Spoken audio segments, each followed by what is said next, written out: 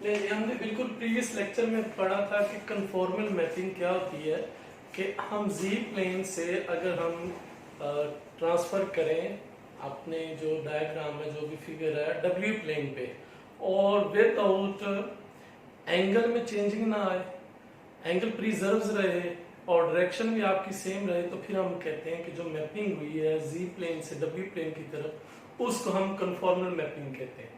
आज हम कुछ और मैपिंग सीखेंगे कि कौन सी मैपिंग्स कुछ और हैं। सम एलिमेंट्री मैपिंग्स हैं हमारे पास।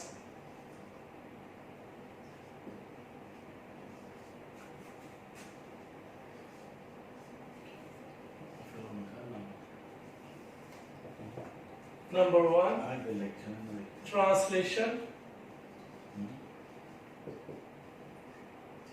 नंबर 2 है हमारे पास मैग्निफिकेशन,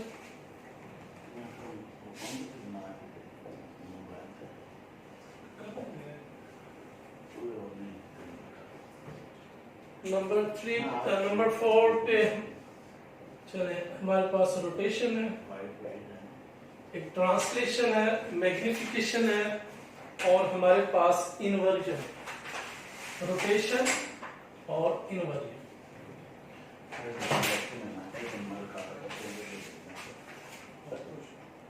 इन 4 मैपिंग्स पे हमने बहस करनी है कन्फॉर्मल के बाद के ट्रांसलेशन से क्या मुराद है कि ट्रांसलेशन मैपिंग का लफ्ज आ गया या ट्रांसलेशन का लफ्ज आ गया, ट्रांसफॉर्मेशन का लफ्ज आ गया, तो फिर उससे क्या मुराद है, मैग्निफिकेशन आ गया, फिर उससे क्या मुराद है, रोटेशन से क्या मुराद है और इन्वर्जन से क्या मुराद है। तो सबसे पहले हम सीखेंगे कि ट्रांसलेशन क्या है।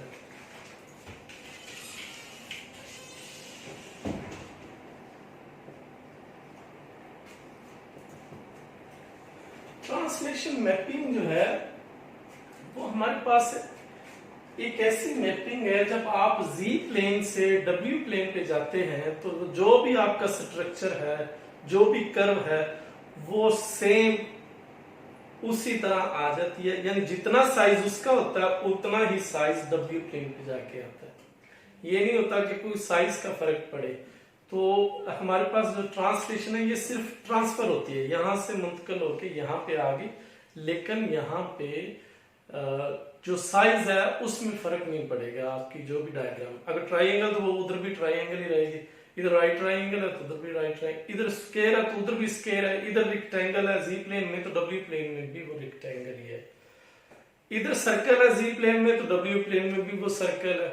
तो ये जब सेम स्ट्रक्चर रहेगा, सेम साइज रहेगा, जितने मसलन इधर कोई रेडियस 1 का सर्कल है जी प्लेन पे और डब्ल्यू प्लेन पे भी हमारे पास जो रेडियस 1 का ही कोई सर्कल आएगा, और इसी तरह जो लेंथ है हमारे पास साइड्स वो सारी सेम डब्ल्यू प्लेन में भी रहेगी। तो हमारे पास इसकी जो मैथमेटिकल डेफिनेशन है वो आप लोगों ने याद रखनी है कि एफ ऑफ जी, जिसे हम डब्ल्यू भी कह लेते, वो हमारे पास है z plus alpha, where alpha is a complex number.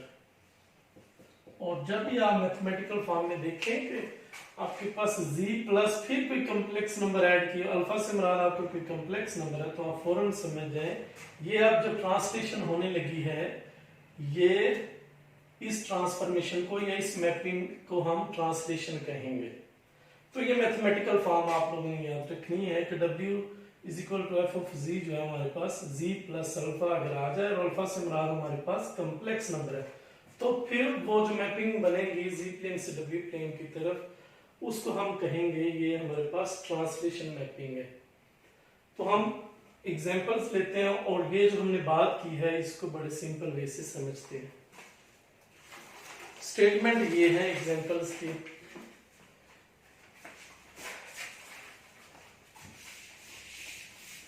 Example number 1 है, what is the image of the rectangular region. Example 1 में व्हाट इज द इमेज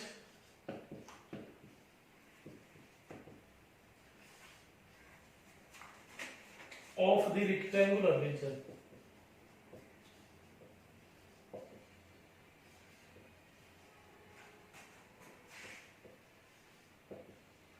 अब रेक्टेंगुलर एक बनेंगे, rectangular region of the z plane,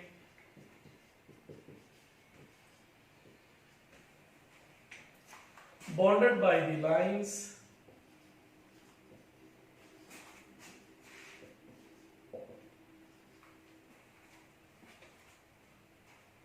x is equal to 0, y is equal to 0, x is equal to 1, y is equal to 2. Under the transformation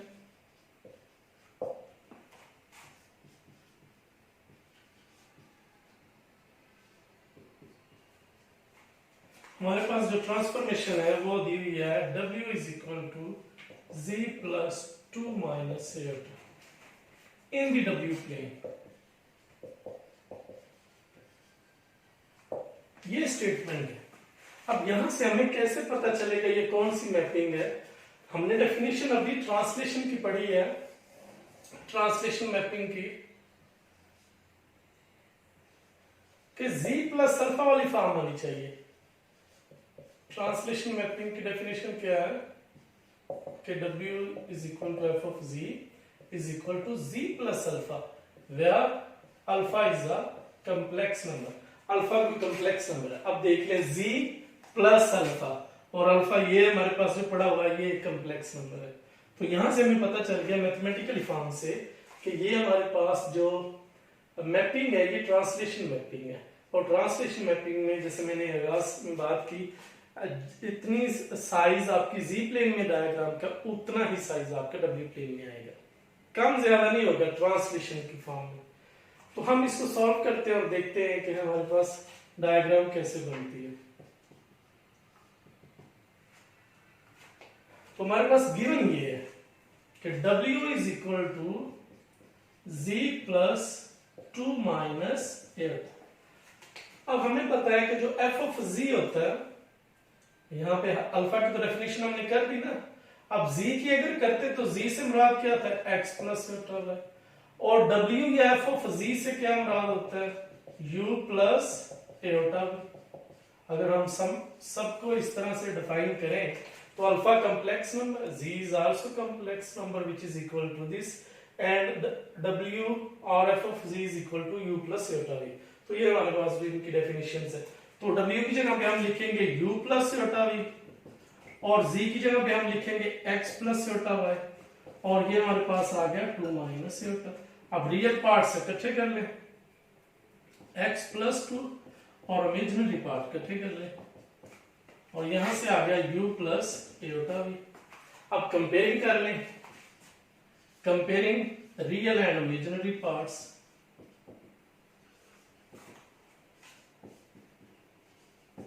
जब दोनों को compare करेंगे तो u और v की वैल्यूज आ जाएंगी। u की वैल्यूज हमारे पास आ जाएगी यहां से x प्लस 2, और v की वैल्यूज आ जाएगी y minus 1, and v is equal to y minus 1। तो ये दो वैल्यूज हमारे पास आ गई u और v की। हमें चाहिए भी w प्लेन में थी, w प्लेन से मुराद आपका u v प्लेन है, यानी w इक्वल होता है ना u प्लस छोटा v के। तो x एक्सिस के जैसे हम z हो तो x एक्सिस के नाम x लिखते हैं, y एक्सिस हम रियल पार्ट में इमेजिनरी पार्ट y लिखते हैं। तो यहाँ पे हम u और v लेंगे। तो अब हम डायग्राम में देखते हैं कि जब हमारे पास ये लाइंस z प्लेन की हैं तो उसके क्रॉसपोंडिंग w प्लेन में ये चीजें क्या बनेंगी। तो उसके लिए हम यहाँ पे वैल्यूज को सब्स्टिट्यूट करते हैं। सबसे पहले x is equal to 0, x एक लाइन जो 0, ये z प्लेन में। अब देखिए अगर हम इसको ड्रा करें, ये हमारे पास रियल ऑफ z आ गया, यानी x की वैल्यूज आ गई। ये हमारे पास इमेजिनरी ऑफ z आ गया, यानी y आ गया। अब x की वैल्यू 0, अब यहां पे जो होता है y वाली लाइन पे x की वैल्यू 0 होती है, और x वाली लाइन पे y की वैल्यूज क्या होती है? 0 होती है। तो x इज इक्वल टू 0 से मुराद आपकी ये लाइन जो ये दे रहा है, x इज इक्वल टू 0 से मुराद आपका क्या है? x इज इक्वल टू 0 से मुराद तो आपका y एक्सिस है और y इज इक्वल टू 0 से मुराद आपका x एक्सिस है। तो ये दोनों लाइंस मैंने इसको थोड़ा सा बोल्ड कर लिया। अब उसके बाद हमारे पास एक लाइन है बाउंडेड बाय द लाइंस, ये लाइंस की बात हो रही है कि x is equal to 1, x की वैल्यूज 1 है, आप लेट कर लें यहाँ x की वैल्यूज 1 तो उसके क्रॉसपोंडिंग हमारे पास लाइन आ गई x इज इक्वल टू 1 आ गई। फिर हमारे पास वैल्यूज है y इज इक्वल टू 2 और y इज इक्वल टू 2। अब ये अगर y 1 है और ये y की वैल्यूज 2 है तो जब हम इसको स्केच करेंगे तो ये हमारे पास लाइन आ जाएगी y इज इक्वल टू 2। अब हमारे पास जो कॉमन रीजन है वो हमारे पास बन गया। अगर लेट्स सपोज इसको हम नाम ये दें 0 0 का, इसको हम पॉइंट का नाम दे b का 1, 0 और इसको हम नाम रख लें d का, ये हमारे पास आ जाएगा x का 0 और y का 2 और ये हमारे पास बन जाएगा ये वाला पॉइंट, यहाँ पे x की वैल्यूज 1 है और यहाँ पे y की वैल्यूज 2 है। तो ये हमारे पास ABCD एक रेक्टेंगल बन गया। अब ये जो रेक्टेंगल आई है ये W प्लेन में भी ऐसे ही जाए, मतलब क्वाड्रेंट में तो फर्क जगह का तो पड़ सकता है, इधर आ जाए इधर आ जाए, लेकिन यही साइज हो और यही एंगल हो सारे। तो यहाँ पे हमने देखना है कि अब हम इसकी रिप्लेसमेंट W में कैसे करेंगे। तो सबसे पहले हमें पता है कि for x is equal to 0 हमारे पास जो गिवन है x इज इक्वल टू 0 के लिए u की वैल्यूज क्या आएगी, क्योंकि x के क्रॉसपोंडिंग वहां से फिर u आएगा और y का क्रॉसपोंडिंग फिर v आएगा। तो जब हम x को 0 कर देंगे, अब इक्वेशन नंबर 1 में अगर आप पुट करें x 0 तो u की वैल्यूज हमारे पास 2 आ जाएगी। तो इसको आप पुट जब करेंगे 1 में तो हमारे पास u की वैल्यूज जो है वो आ जाएगी 2, तो u इज इक्वल टू 2 आ गया।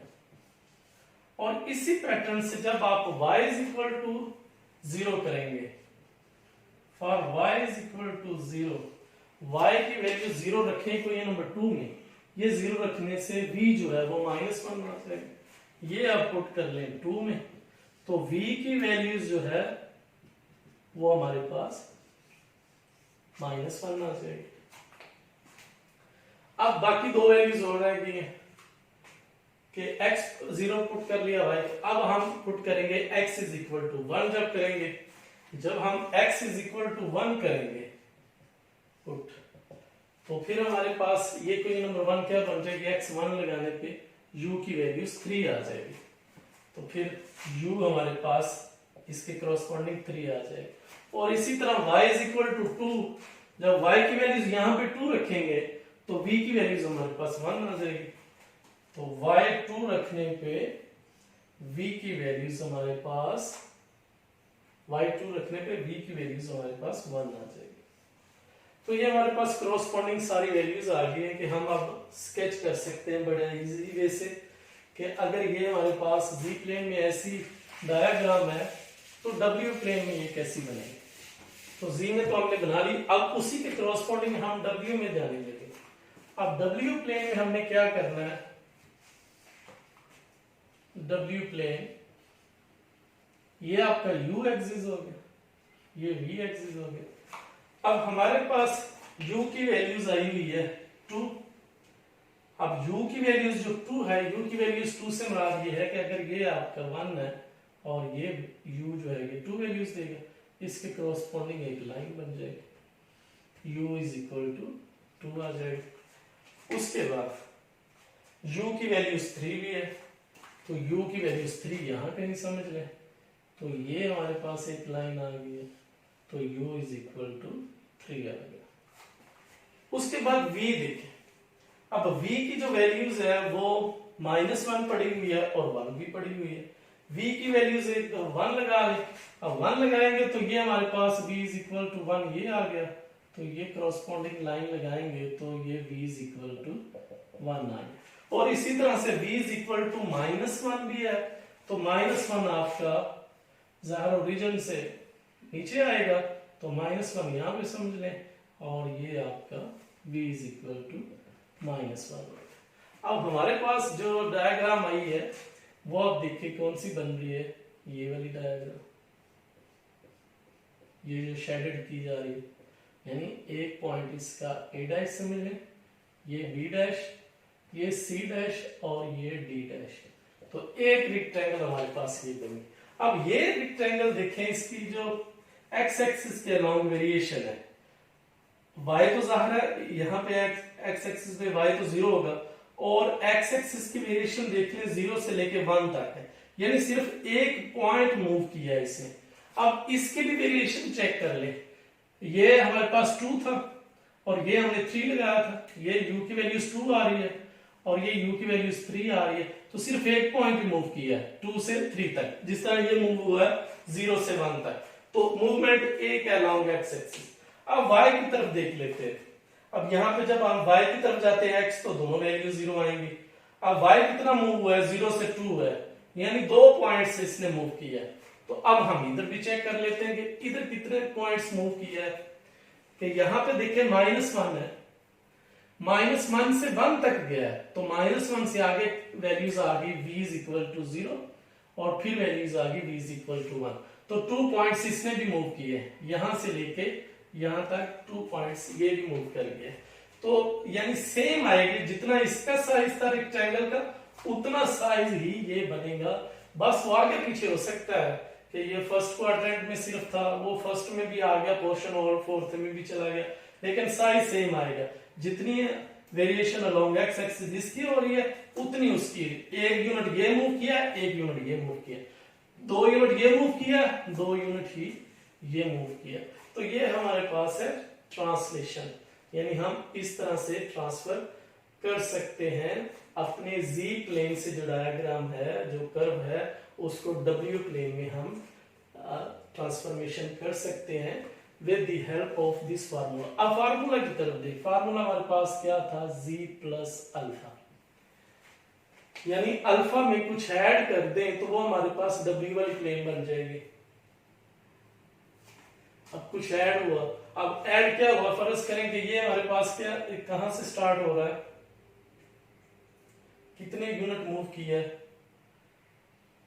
अल्फा की जो वैल्यूज थी हमारे पास वो, अब यहां से मुराद क्या है, जो अल्फा दिया हुआ है, alpha is equal to 2 minus iota, यानी 2 अलोंग एक्स एक्सिस मूव करेगा। अब ये रियल पार्ट है, 2 अलोंग, अगर uv की बात कर लें तो ये 2 पॉइंट्स जो हैं ये u में मूव कर जाएगा आगे z प्लेन की निस्बत, और ये -1 है कोफिशिएंट एलोटा का, तो -1 ये नीचे डाउनवर्ड v की तरफ जाएगा। इससे मुराद ये है कि हम फौरन देख के पहचान कर सकते हैं कि जितनी z में वो डायग्राम बनेगी 2 पॉइंट्स अलोंग रियल एक्सिस वो आगे जाएगा और 1 यूनिट वो नीचे आएगा माइनस योटा। तो माइनस योटा आपको पता है कि यहाँ पे स्केच होता है, माइनस योटा भी इसको आप लिख सकते हैं।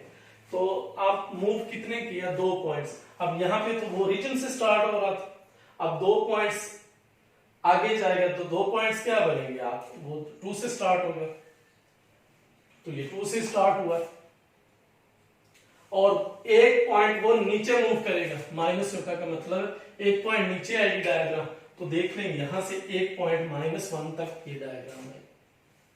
तो ये हमारे पास है, यहां से हम अल्फा से ही पहचान कर सकते हैं कि हमारे पास जो डायग्राम है वो कितनी z से वो कितनी आगे जाएगी और कितनी वो अपवर्ड या डाउनवर्ड जाएगी। तो अल्फा ही हमें सारी वैल्यूज बता देता है, अल्फा की जो वेरिएशन है वो ही सारी बता देती है। तो ये हमारी ट्रांसलेशन है। एक और एग्जांपल है, उसको मैं लिख लेता हूं, आप लोग उसको सॉल्व कीजिएगा, तो मसला हो तो फिर बताइएगा। इसी पैटर्न से same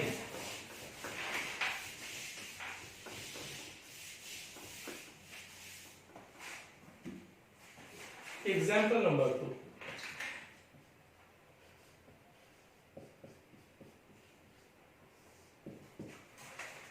what is the image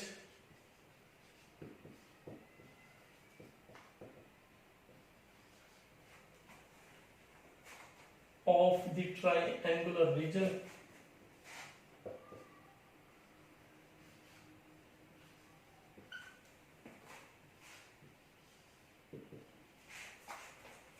अब ट्राइंगल हमारे पास बनेंगे of the z plane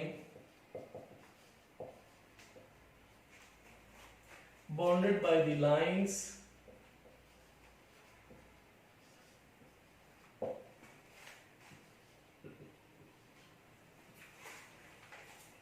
x is equal to 0, y is equal to 0, x plus y is equal to 1. Under the transformation,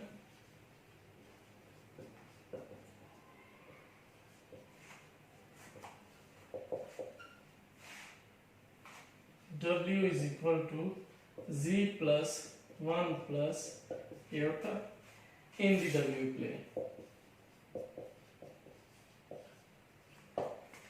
अब यहां से देखिए अल्फा ये है हमारे पास, तो ये बता रहा है कि आपकी जो जी प्लेन पे जो भी ट्राइंगल बनेगी एक यूनिट मूव करेगी अलोंग एक्स एक्सिस और एक यूनिट मूव करेगी अपवर्ड, क्योंकि अब प्लस से होता है तो वो एक यूनिट ऊपर जाएगी जी की निस्बत, जितनी भी जी के वो एक यूनिट वाई एक्सिस की तरफ जाएगी और एक यूनिट वो अलोंग एक्स एक्सिस ज्यादा हो जाएगी। तो इसको आप स्केच करें, बनाएं, और इसमें प्रॉब्लम कोई होती है तो फिर आप लोग हमें बताएं। इसी तरह सारे हमें स्केच करने हैं ट्रांसलेशन में। तो आज के लिए हमारा इतना ही है, तो मसला हो तो जरूर हमसे शेयर कीजिएगा। अल्लाह हाफिज।